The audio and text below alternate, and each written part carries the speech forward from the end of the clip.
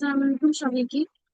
ফার্স্টে আজকে হচ্ছে আমরা জেনারেটিভ এআই নিয়ে কথাবার্তা বলবো, ঠিক আছে? তো এই স্লাইডটাতে তোমরা বেসিক্যালি হচ্ছে জেনারেটিভ এআই এর বেসিক্স গুলো জানতে পারবে। তো যদি আমি শুরু করি, তো জেনারেটিভ এআই টা আসলে কি? জেনারেটিভ এআই হচ্ছে তোমার একটা সাবফিল্ড আর একটা এআই এর টাইপ, ঠিক আছে? মানে এটা হচ্ছে নতুন কন্টেন্ট জেনারেট করে এক্সিস্টিং ডেটা থেকে। এক্সিস্টিং ডেটা বলতে এখানে শুধু বোঝাচ্ছে তাকে যে ডেটা গুলোতে ট্রেন করা হয় ওইসব ধরনেরই সে ডেটা জেনারেট করতে পারে নতুন করে, যেগুলো তাকে ট্রেন করানো হয়নি। ঠিক আছে, ডেটা বেসিক্যালি তোমার দুই ধরনের হয়, ট্রেনিং আর হচ্ছে কি টেস্টিং এর জন্য। অনেক সময় ভ্যালিডেশনের জন্য তোমরা দেখবে যে ডেটা ইউজ করা হয়। তো ট্রেনিং ডেটা গুলা দিয়ে ওকে ট্রেন করা হয়, ওখান থেকে সে শিখে। শিখে হচ্ছে সে টেস্টিং এর টাইম নিয়ে ওটা পারফর্ম করে, যে আসলে ওই জিনিসটা কতটুকু সে বুঝছে। ট্রেনিং ডেটা থেকে সে কতটুকু শিখছে সেটা আসলে টেস্টিং এ বোঝা যায়। ভ্যালিডেশন জিনিসটা আলাদা, সেটা আমরা পরে দেখবো। তো আপাতত হচ্ছে বেসিক্যালি জেনারেটিভ এআই বলতে এটাই, যেটা হচ্ছে গিয়ে নতুন কন্টেন্ট জেনারেট করতে পারতে হবে। এটা কিন্তু তোমার ডিসক্রিমিনেটিভ এআই যেটা, ওটার মতো না। ডিসক্রিমিনেটিভ এআই যার মেশিন লার্নিং এ কিছু জানো তার অবশ্যই জানবো যে ডিসক্রিমিনেটিভ এআই হচ্ছে তোমার মানে ক্লাসিফিকেশন রিগ্রেশন ওরকম টাইপের জিনিস আর কি। ঠিক আছে, যে একটা ইমেল স্প্যাম কি স্প্যাম না, সেটা হচ্ছে তোমার ডিসক্রিমিনেটিভ এআই এর মধ্যে পড়ে। যেগুলো নতুন কন্টেন্ট জেনারেট করতে পারবে সেগুলাই বেসিক্যালি তোমার জেনারেটিভ এআই করতে পারবে এখন। আর এটাকে আমরা শর্টে আসলে জেন এআই বলে থাকি। তো পরে জেনারেটিভ এআই বলতে যেহেতু এটা কন্টেন্ট জেনারেট করতে পারে, কয়েকটা এক্সাম্পল তোমাদের মাথায় আসতে পারে। যেমন এক্সাম্পলের মধ্যে যদি আমি বলি, চ্যাট জিপিটি, ক্লড, জেমিনা, এগুলো সবগুলোই কিন্তু তোমার কি এক্সাম্পল হতে পারে জেনারেটিভ এআই, ঠিক আছে? এই তিনটা একটু বের করি। চ্যাট জিপিটি, ক্লড আর জেমিনাই, এই তিনটাই হচ্ছে তোমার ট্রান্সফর্মারের মধ্যে।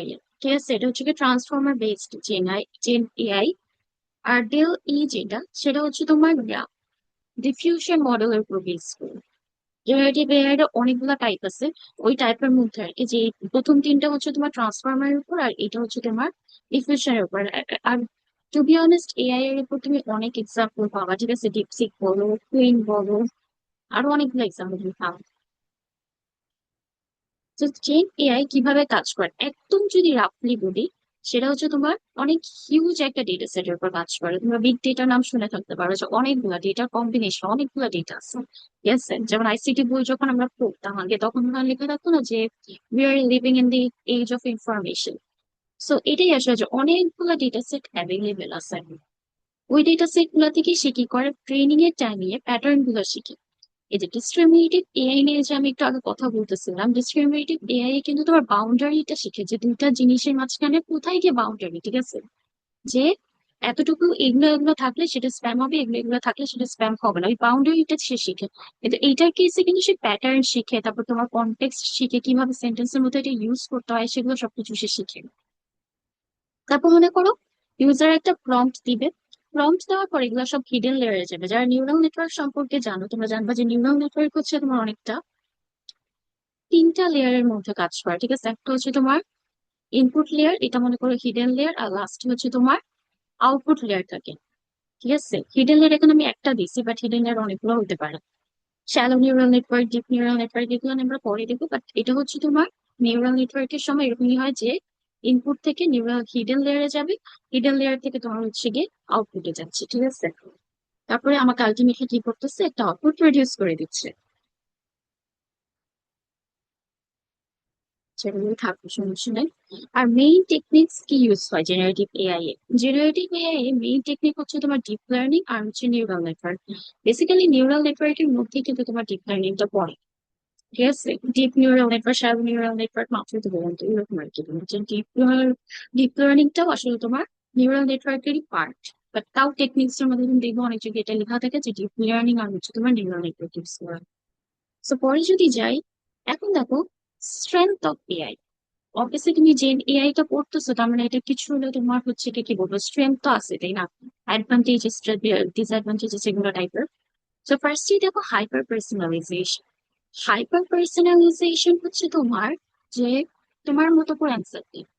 যেমন অনেকজন বলে না যে আরে আমি চ্যাট জিপিটি তো আমার মতো করে অ্যান্সার দিই। ঠিক আছে, যেমনি বলো ওভাবে অ্যান্সার দিই, ওভাবে নিজেকে কাস্টমাইজড করে। তো এটা হচ্ছে তোমার হাইপার পার্সোনালাইজেশন। স্কেলেবিলিটি, তোমার একজন অনেক জন মিলে কিন্তু তোমার এআই টা ইউজ করতে পারতেছে, ঠিক আছে।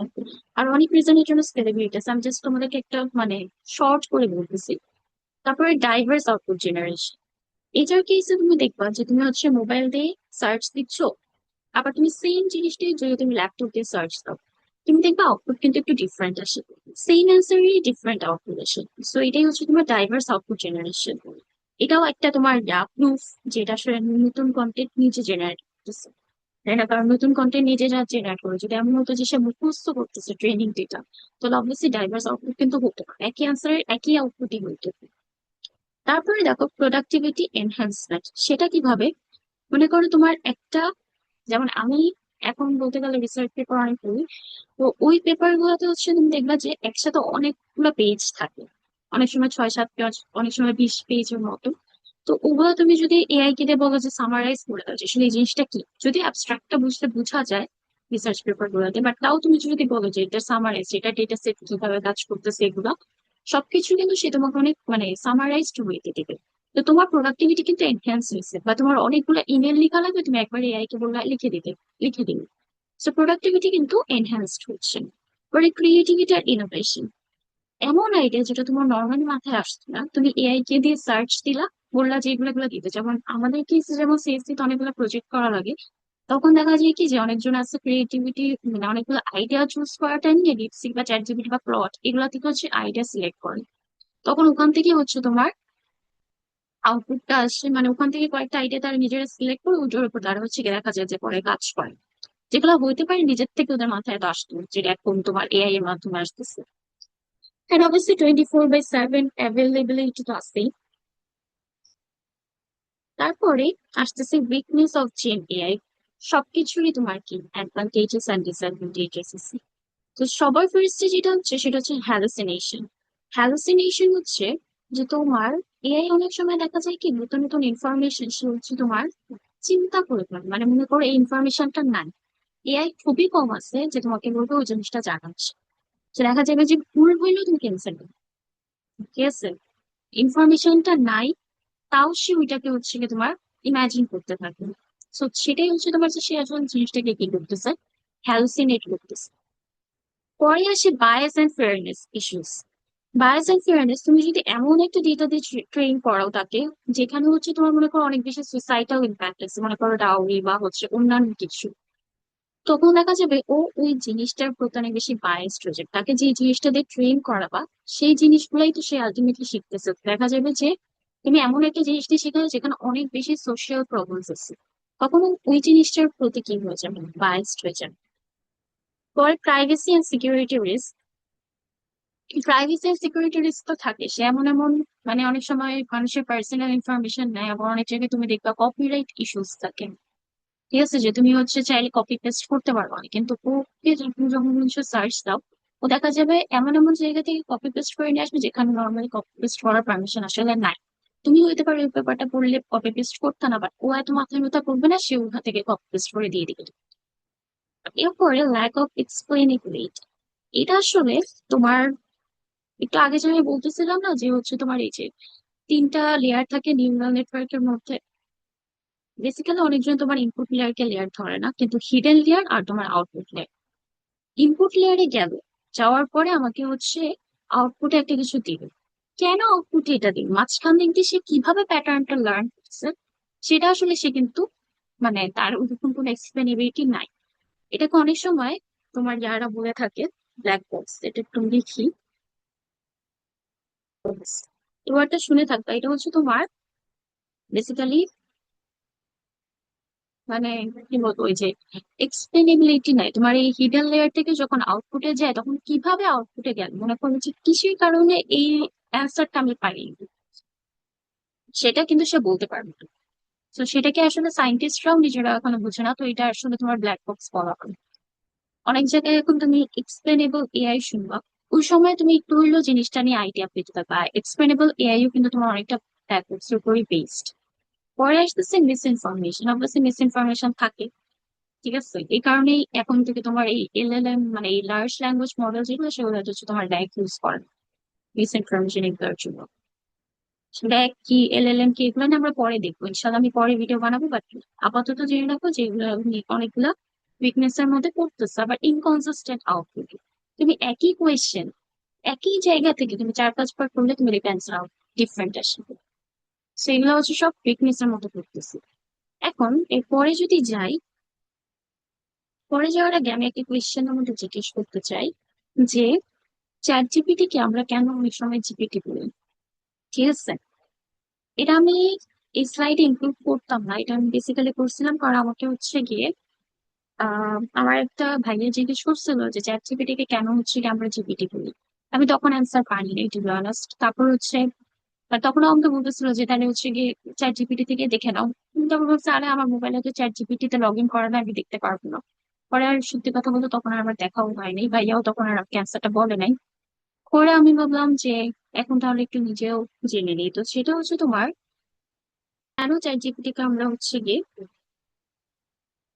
জিপিটি আসলে কি, জিপিটি হচ্ছে তোমার জেনারেটিভ প্রি ট্রেইন ট্রান্সফর্মার। ঠিক আছে, এখন জেনারেটিভ কি, প্রি ট্রেইনড কি, ট্রান্সফর্মার কি, এগুলো যদি আমরা অল্প একটু দেখি, তো ফার্স্টে আগে আমরা চ্যাট ওয়ার্ডটা জানি যে চ্যাট হচ্ছে যে দুই সাইড দিক দিয়ে হচ্ছে কি তোমার কি বলবো চ্যাট করা যায়, যেমন মেসেঞ্জার, ফেস মেসেঞ্জার, তারপর তোমার হোয়াটসঅ্যাপ এগুলো। সো চ্যাট অবভিয়াসলি আমরা বুঝতেই পারতেছি যে এটা হচ্ছে তোমার হিউম্যান লাইক ডায়ালগের জন্য। আর জিপিটির মধ্যে যদি আমি বলি জিপিটি জেনারেটিভ, আমি জেনারেটিভ একদম শুরু থেকে বলছিলাম যে জেনারেটিভ হচ্ছে যেসব মডেল গুলো ক্রিয়েট করতে পারে আর জেনারেট করতে পারে নতুন কন্টেন্ট। ঠিক আছে, যে জাস্ট যা দেখলো তাই, ও কিন্তু মুখস্থ অ্যান্সার দিচ্ছে না। তুমি সেম কোশ্চেন বারবার করলে সেম কোশ্চেনের অ্যান্সার কি করবে, ডিফারেন্টলি দিবে। দ্যাট মিনস সে হচ্ছে কি জিনিসগুলা মেমোরাইজেশন থেকে দিচ্ছে না। পরে আসতেছে প্রি ট্রেইন। প্রি ট্রেইনড এই কারণে কারণ চ্যাটজিপিটি অলরেডি বা হচ্ছে তোমার এআই গুলা যেগুলো আছে সেগুলো কিন্তু অলরেডি অনেক অনেক বেশি অ্যামাউন্ট অফ ডেটা দিয়ে ট্রেন করা। ঠিক আছে, অনেক বেশি ডেটা দিয়ে ট্রেন করা। এখনো কিন্তু তাদের তুমি দেখবা যে নিচে লেখা থাকে যে এআই ক্যান মেক মিস্টেক্স, এগুলা লেখা থাকে। আবার হচ্ছে তোমার এই যে তুমি যে কোয়েশ্চেন গুলো করো সারাদিন চ্যাট জিপিটি গুলোকে, এগুলাও কিন্তু ওই ইনফরমেশন গুলা দিয়েও কিন্তু তোমার এআই কে ট্রেন করা হয়। তো দেখা যায় কি যে এটা অলরেডি ট্রেন করা বা এরপর এটাকে আবার ট্রেন করা হচ্ছে। So, যেহেতু অলরেডি ট্রেন করা, এই কারণে এটা প্রি ট্রেন্ড। আবার এটা ট্রান্সফর্মার এই কারণে কারণ প্রি ট্রেইনড এর টাইমিং এ তোমার ট্রান্সফর্মারটাও ইউজ করা হয়। কারণ প্রি ট্রেইনড এর সাথে সাথে সে ডিরেক্টলি আসলে দুইটা ওয়ার্ডের মাঝখানে ডিফারেন্স অনেক সময় বুঝে না। বেসিক্যালি কনটেক্সচুয়াল ইম্পিডেন্সটা দেওয়ার জন্য হচ্ছে তোমার ট্রান্সফরমারটি ইউজ করা হয়, যে দুইটা মানে একটা সেন্টেন্সের মধ্যে মানে সেন্টেন্সের উপর ডিপেন্ড করে যে একটা ওয়ার্ড চেঞ্জ হয়ে যেতে পারে। যেমন মনে করো মানি ব্যাংক বা রিভার ব্যাংক, দুইটা কিন্তু ডিফারেন্ট ওয়ার্ড। সো মিনিংটা কিন্তু ডিফারেন্ট, যদিও দুইটাতে আমার ব্যাংক আছে বাট ব্যাংকের মানে কিন্তু ডিফারেন্ট। একটা মানি ব্যাংক আর একটা হচ্ছে রিভার ব্যাংক। এই যে মানেটা যে ডিফারেন্ট, সেটার কারণে আসলে বোঝার কারণে বেসিক্যালি ট্রান্সফরমারটা এটার সাথে ইন্টিগ্রেট করা। যে ট্রান্সফরমারের মধ্যে আসলে সেলফ অ্যাটেনশন নামের একটা জিনিস থাকে, যেটার কারণে সে হচ্ছে গিয়ে দুইটা ওয়ার্ড যে ডিফারেন্ট সেটা আসলে সে বুঝতে পারে। কারণ সে প্রত্যেকটা সেন্টেন্স সাথে আছে, এগুলো আমরা এখন আপাতত না যাই, বাট নর্মালি এগুলো নিয়ে আমি পরে ভিডিও বানাবো। তো চ্যাট জিপিটি কে আসলে আমরা কেন জিপিটি বলে, হোপফুলি অ্যাটলিস্ট বুঝতে পারছি। তো ইন কনক্লুশন যদি আমি বলি তাহলে চ্যাট জিপিটি, তাহলে জেনারেটিভ এআই আসলে অনেক বড় একটা ইম্পর্টেন্ট ব্রাঞ্চ। তুমি দেখবা অনেক বেশি সেটা অনেক বেশি ফ্রিকোয়েন্সি বা কন্টিনিউয়াসলি এটা কি হচ্ছে, ইভলভ হচ্ছে। এটা নতুন নতুন কন্টেন্ট জেনারেট করতেছে। আর অনেকগুলো টাইপও তুমি দেখবা জেনারেটিভ এআই এর। ঠিক আছে, সো আপাতত এতটুকুই। থ্যাংক ইউ সবাইকে আমার সাথে থাকার জন্য।